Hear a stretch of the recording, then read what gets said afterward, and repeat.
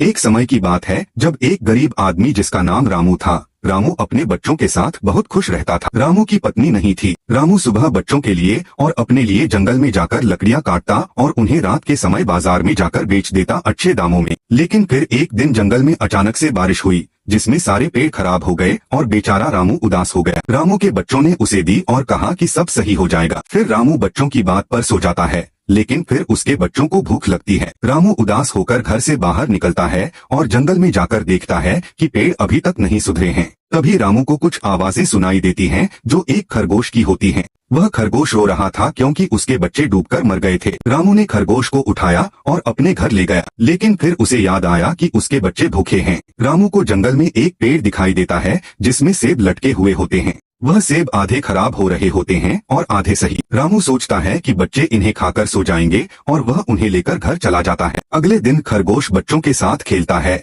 और उनसे बातें करता है। खरगोश कहता है, मेरे बच्चे कहाँ गए? रामू देखकर हैरान हो जाता है कि यह खरगोश बोल सकता है। खरगोश रामू से बातें करता है और रामू उसे बताता है कि उसके बच्चे मर गए थे और वह बारिश में भीग गया था, इसलिए उसने उस घर ले आया। खरगोश कहता है, तुम बहुत अच्छे इंसान हो, मैं तुम्हारी मदद कर सकता हूँ। रामू कहता है, मुझे कुछ नहीं चाहिए, बस मेरे बच्चों का पेट भर जाए और मेरा काम वापस चल जाए। खरगोश कहता है, मैं तुम्हें एक अमीर आदमी बना सकता हूँ, बस मेरी बातें सुननी पड़ेंगी। रामू कहता है, मैं तैयार हूँ तुम्हारी सभी बातें मानने के लिए। खरगोश उसे बताता है कि जंगल में एक पुराना घर है जहाँ जमीन के नीचे खुदाई करने पर सोना और खजाना मिलेगा। रामू के दिल में लालच आता है और वह घर ढूंढने निकल पड़ता है। हाँ, वास्तव में उसे एक पुराना घर मिलता है और वहाँ खुदाई करने पर उसे सोना मिलता है। रामू सोना लेकर घर जाता है और खरगोश को धन्यवाद देता है। खरगोश कहता है, यह मैं तुम्हारी सिर्फ मदद करने आया था। वह खरगोश नहीं बल्कि एक परी थी जो रामू की मदद करना चाहती थी। रामू कहता है, आप सभी का बहुत बहुत धन्यवाद, मैं कभी नहीं भूल पाऊंगा।